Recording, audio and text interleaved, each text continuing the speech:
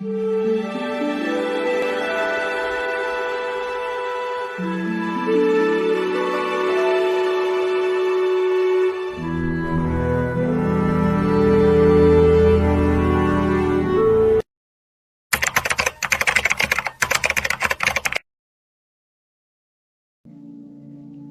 जोहर दोस्तों, मैं पुष्पेंद्र कौल। स्वागत है आपका फिर से एक नए वीडियो में। दोस्तों, आज के इस वीडियो में हम जानेंगे कि आखिर आदिवासियों की आर्थिक स्थिति को मजबूत कैसे किया जाए। तो दोस्तों, आप सभी लोग इस वीडियो को बिना स्किप किए ही शुरू से लेकर लास्ट तक जरूर देखिए, क्योंकि ये वीडियो बहुत ही महत्वपूर्ण होने वाला है। तो दोस्तों, चलिए वीडियो को शुरू करते हैं और जानते हैं आदिवासियों के इस आर्थिक स्थिति को लेकर के कि आखिरकार आदिवासियों में जो हमारी आर्थिक स्थिति कमज़ोर है उसको मजबूत कैसे किया जाए। क्योंकि दोस्तों, ये एक बहुत ही बड़ा अहम मुद्दा हो जाता है आर्थिक स्थिति, है ना। तो चलिए वीडियो शुरू करते हैं और जानते हैं आर्थिक स्थिति के बारे में एक पीडीएफ के माध्यम से, इसको विस्तार से समझते हैं। तो आइए दोस्तों, इसको समझते हैं।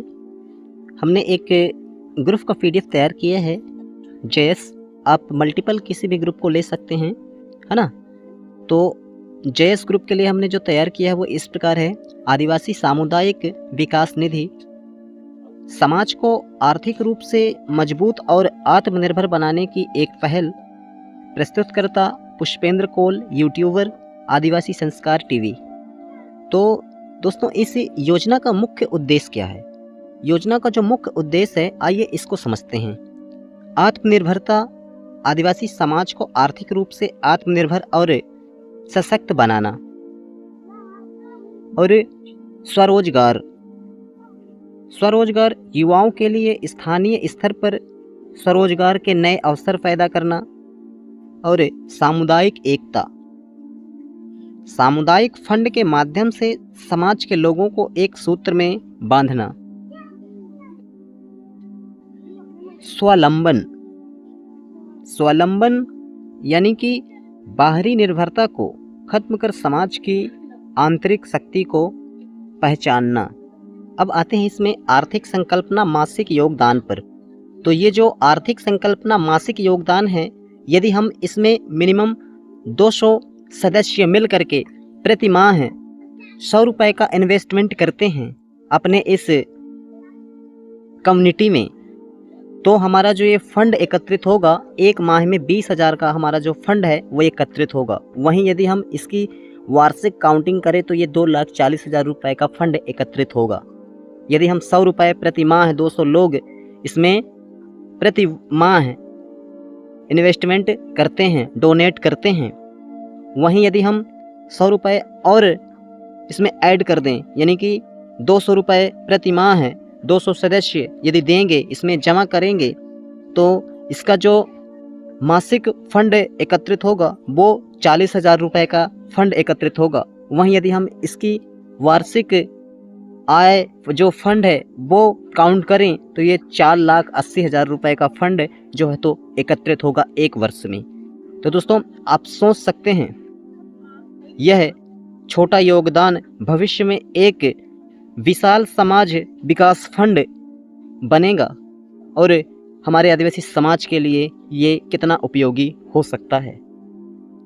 रोजगार और व्यवसाय के अवसर। तो दोस्तों, इसमें जो है तो हमारे रोजगार और व्यवसाय भी हम इसमें स्टार्टअप कर सकते हैं। व्यवसाय के प्रकार कुछ इस प्रकार हैं, आइए देखते हैं। किराना एवं जनरल स्टोर, कपड़ा दुकान, मोबाइल रिपेयरिंग सेंटर, जंगल उत्पाद केंद्र, अन्य छोटे व्यापार। यानी कि दोस्तों, इसमें हम अपना जो एक छोटा सा बिजनेस स्टार्टअप कर सकते हैं और उसी अपने छोटे बिजनेस को हम एक बड़े लेवल पर ले जा सकते हैं, है ना। सामुदायिक सहयोग मॉडल, इसमें जो समाज के लोग अपनी ज़रूरत का सामान बाहरी दुकानों के बजाय अपने ही युवाओं की दुकानों से खरीदेंगे और जो इसका परिणाम निकलेगा वो ऐसा रहेगा, सामान उचित दाम में मिलेगा और व्यापार का मुनाफा हमारे अपने समाज के लोगों के पास ही रहेगा। तो आप समझ सकते हैं कि इसमें हमारा और हमारे आदिवासी समाज का कितना अच्छा जो हमारा एक आर्थिक स्थिति है वो मजबूत हो सकती है। इसमें आप जिस प्रकार से मैंने ये व्यवसाय के प्रकार बताए हैं, आप मल्टीपल कोई सा भी चुन सकते हैं। ये नहीं है कि जिसमें ये दिया गया है सिर्फ वही है, आप मल्टीपल कोई सा भी एक छोटा सा बिजनेस अपना स्टार्टअप कर सकते हैं। पारदर्शिता और प्रबंधन, समाज की समिति, यानी कि दोस्तों इसको चलाने के लिए हमारे पास समाज की समिति यानी कि कम्युनिटी की समिति, संगठन की समिति हमें तैयार करनी होगी। इसको चलाने के लिए अध्यक्ष, निर्णय और नेतृत्व हमें इसमें अध्यक्ष नियुक्त करने होंगे, जो कि इन सारी चीज़ों को अच्छे से रेख देख करने के लिए कागजी फंड रख रखाव, हिसाब सदस्य यानी कि जो भी सदस्य इसमें अपना इन्वेस्टमेंट करेंगे उसके हिसाब किताब के लिए एक समिति होनी चाहिए। मोबाइल ऐप, बैंक खाता समिति के नाम से, यानी कि हमारे पास एक मोबाइल ऐप भी होना चाहिए और एक बैंक अकाउंट भी होना चाहिए समिति का। यदि हमें स्टार्टअप में मोबाइल ऐप नहीं है तो कोई बात नहीं, हमारे पास सिर्फ और सिर्फ समिति का जो है तो बैंक अकाउंट होना चाहिए, जिसमें हम ये सारा का सारा फंड एकत्रित कर सकें, है ना। पूर्ण पारदर्शिता, हर महीने की बैठक में सभी लोगों के सामने कुल जमा राशि और खर्च का पूरा हिसाब सार्वजनिक रूप से बताया जाएगा। समाज का विश्वास ही इस योजना की सबसे बड़ी पूंजी है। तो दोस्तों, आपने पारदर्शिता और प्रबंधन के बारे में भी समझ लिया कि इसको चलाने के लिए हमें इसमें समिति भी गठित करनी होगी। योजना की निरंतरता, दोस्तों इसमें हमें जो है तो निरंतरता पूर्वक इसमें हमें काम करना होगा, अच्छे से वर्क करना होगा, तभी जाके हमारी ये जो योजना है वो हमारी सफल होगी। पहला है युवाओं को व्यवसाय के लिए आर्थिक सहायता।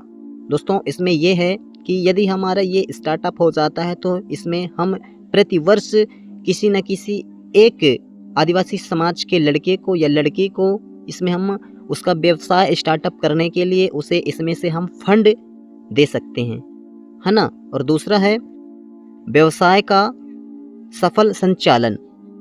वे व्यवसाय का सफल संचालन कैसे होगा दोस्तों, जैसे कि आपने अभी पूर्व में देख ही लिया कि हमारे आदिवासी समाज के जितने भी लड़के लड़कियां बिजनेस स्टार्टअप, छोटा मोटा व्यापार स्टार्टअप करेंगी, और जब वो व्यापार स्टार्टअप करेंगी तो हमें अपने ही आदिवासी समाज के दुकानदारों से ही सामान खरीदना है ना। इससे उनका भी मुनाफा होगा और हमें जो है तो सामान भी कम रेट में मिलेगा। और ये तीसरा जो है तो राशि की धीरे धीरे वापसी। अब ये जो फंड इसमें से कम्युनिटी जो समिति आपको देगी आपके बिजनेस स्टार्टअप के लिए, आपको ये जो पैसा है आपको इसमें से जो धीरे धीरे इसको वापस कर देना है ना, बिना ब्याज के। और ये चौथा है अगले वर्ष नए युवाओं की मदद। दोस्तों जब आप अपना बिजनेस स्टार्टअप इससे कर लेंगे और वही फंड आप रिटर्न देंगे तो इसमें से जो कम्युनिटी होगी, जो समिति होगी, वे दूसरे व्यक्ति को वो सहायता दे सकती है उससे, ताकि दूसरे लोग भी अपना छोटा सा बिजनेस स्टार्टअप कर सकें। समाज का पैसा समाज के विकास में ही घूमता रहेगा। तो दोस्तों ये काफ़ी अच्छा एक बिजनेस प्लान ही कह लें दोस्तों। यदि हम इसको स्टार्टअप कर लेते हैं, सही तरीके से चला लेते हैं, तो मैं 100% कहता हूं कि आदिवासी समाज में जो है तो आर्थिक स्थिति मजबूत होगी। संगठन की मजबूती, दोस्तों इसमें जो संगठन हमारा है वो संगठन भी इससे मजबूत होगा। अब ये सोचिए कैसे। स्वतंत्र आयोजन, यानी कि जैसे हम त्योहारों और सांस्कृतिक कार्यक्रमों के लिए किसी बाहरी चंदे की ज़रूरत नहीं पड़ेगी हमें, है ना। शिक्षा और जागरूकता, शिक्षा अभियान, युवा सम्मेलन और सामाजिक बैठकों का सफल संचालन। खेल और प्रतिभा, समाज के युवाओं के लिए खेल कूद और प्रतिभा खोज कार्यक्रमों का आयोजन। नेतृत्व विकास, समाज में एकता बढ़ेगी और युवाओं में नेतृत्व क्षमता और आत्मविश्वास विकसित होगा। दोस्तों इसमें हमारा संगठन भी मजबूत होगा और ये जितने भी सारे हमारे काम होंगे वे भी सफल होंगे बिना किसी से 1 रुपये चंदा लिए। सामाजिक सुरक्षा और सहयोग, दोस्तों इसमें जो है तो हमारे जो आदिवासी समाज की सुरक्षा भी होगी और सहयोग भी होगा। स्वास्थ्य सहायता, गंभीर बीमारी से पीड़ित समाज के व्यक्तियों को इलाज के लिए फंड से आर्थिक सहयोग दिया जाएगा। विवाह सहायता, समाज के गरीब परिवारों के लड़के और लड़कियों के विवाह के लिए आर्थिक सहायता प्रदान की जाएगी। दोस्तों अब सोचिए, इतना अच्छा बिजनेस प्लान, इतना अच्छा जो हर एक काम के लिए, हमारे कार्य के लिए, हमारे किसी भी सहायता के लिए एक ऐसा प्लान जो आदिवासी समाज को आर्थिक रूप से मजबूत बना सकता है, तो क्या आप इसे चलाना चाहेंगे, करना चाहेंगे? मैं तो कहता हूँ 100% इसको चलाना चाहिए, करना चाहिए। निष्कर्ष आत्मनिर्भर समाज की ओर। तो आइए दोस्तों अब हम इसका निष्कर्ष देख लेते हैं कि इसका निष्कर्ष क्या निकलेगा। यह योजना केवल आर्थिक सहायता की नहीं बल्कि हमारे समाज के स्वाभिमान और सामूहिक शक्ति की पहचान है। जब हम एक साथ जुड़ेंगे तभी हम सशक्त बनेंगे। समाज का पैसा समाज के विकास के लिए। आइए मिलकर एक सशक्त और आत्मनिर्भर आदिवासी समाज का निर्माण करें। तो दोस्तों हम उम्मीद करते हैं कि हमारे द्वारा दी गई यह जानकारी आपको पसंद आई होगी।